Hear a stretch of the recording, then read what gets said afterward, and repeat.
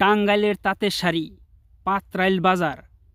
এই শাড়িগুলা কেমন এবং এর ক্রয় কত বা বিক্রয় কত, এগুলো সবই আজ আপনাদেরকে তথ্য জানাবো। প্রিয় ভিউয়ার, সবাইকে আসসালামু আলাইকুম।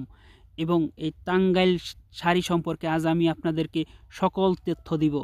দয়া করে সবাই যেন এই ধরনের ভিডিও পায়, এই জন্য আপনারা সবাই শেয়ার করেন, যাতে সবাই অরিজিনাল তাঁতের শাড়ি কালেক্ট করতে পারে এখান থেকে।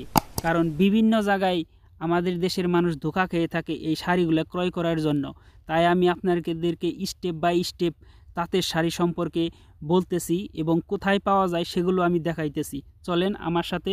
দেখেন, এখানে পাতরাইল বাজারে, অর্থাৎ টাঙ্গাইল পাতরাইল বাজারে, এটা দেলদুয়ার থানার অন্তর্গত, বিভিন্ন ধরনের তাঁতের যে শাড়ি পাওয়া যায়, বিভিন্ন ধরনের দোকান এই জায়গায় আছে। এটা হচ্ছে আপনার দেলদুয়ার থেকে আসা যায়, আবার টাঙ্গাইল থেকেও আসা যায়। এটা হচ্ছে পাতরাইল বাজার, এদিক থেকে টাঙ্গাইল থেকে আসতে হয়। এই পাতরাইল বাজারে মূলত টাঙ্গাইল শাড়ির অরিজিনাল কপি পাওয়া যায়, এখানে তৈরি করা হয়। এই যে দেখেন, চতুর্দিক দিয়ে এখানে দোকান রয়েছে শুধু তাঁতের শাড়ি।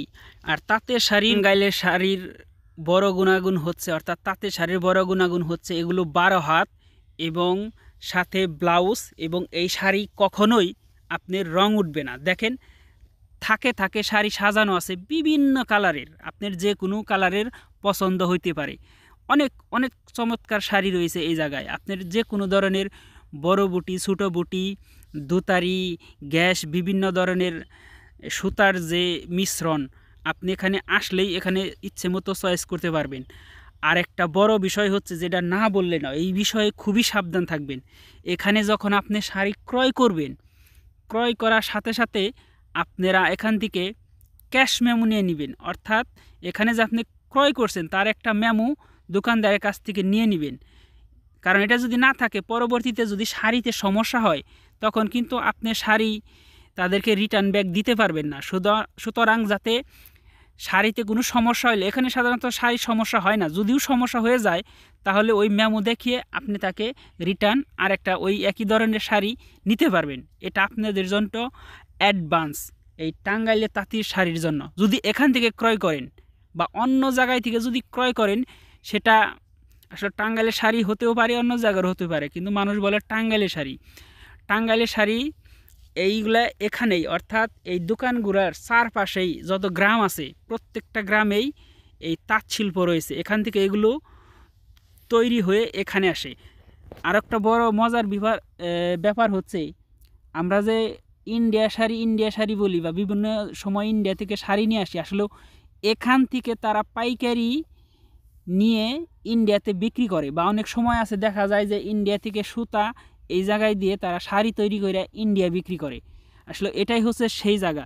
সারা বাংলাদেশে বা বহির্বিশ্বে যেখানেই টাঙ্গাইলি শাড়ি পাবেন, আসলে এগুলা এখান থেকে যায়। অর্থাৎ এটাই হচ্ছে আপনার মূল কেন্দ্র এবং সেন্টার টাঙ্গাইলের শাড়ির। দেখেন, টাঙ্গাইল শাড়িগুলো কত থাকে থাকে সাজানো থাকে।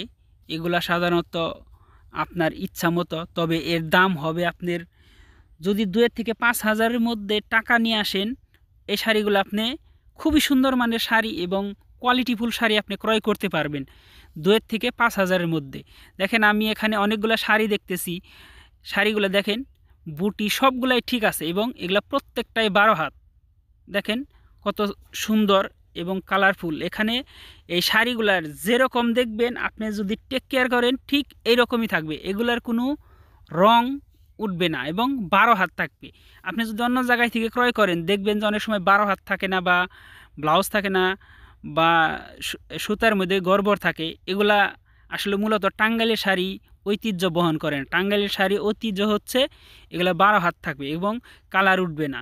এজন্যই যারা আছেন ভিডিওটি শেয়ার করেন, যাতে সবাই জানতে পারে এবং এখানে আসে সবাই ক্রয় করতে পারে এই টাঙ্গাইলের শাড়িগুলা।